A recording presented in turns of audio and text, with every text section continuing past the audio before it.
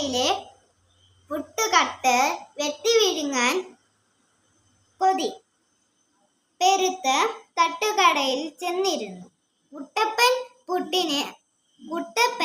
പുട്ടിന് ഓർഡർ നൽകി. മുട്ടും കടലയും തിന്ന് പൊട്ടുന്ന പോലെ വേറുമായി തുട്ടെല്ലാം തീർന്ന് നടന്നു പോകും. കുട്ടപ്പൻ ചേട്ടനെ കണ്ടു നോക്ക്.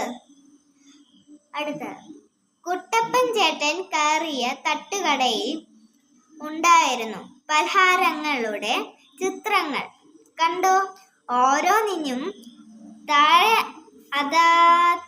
അതാതിൻ്റെ പേര് ബ്രാക്കറ്റിൽ നിന്നും എടുത്തെഴുതൂ. പരിപ്പുവട, ഉഴുന്നുവട, പഴംപൊരി, ഉള്ളിവട, സമൂസ.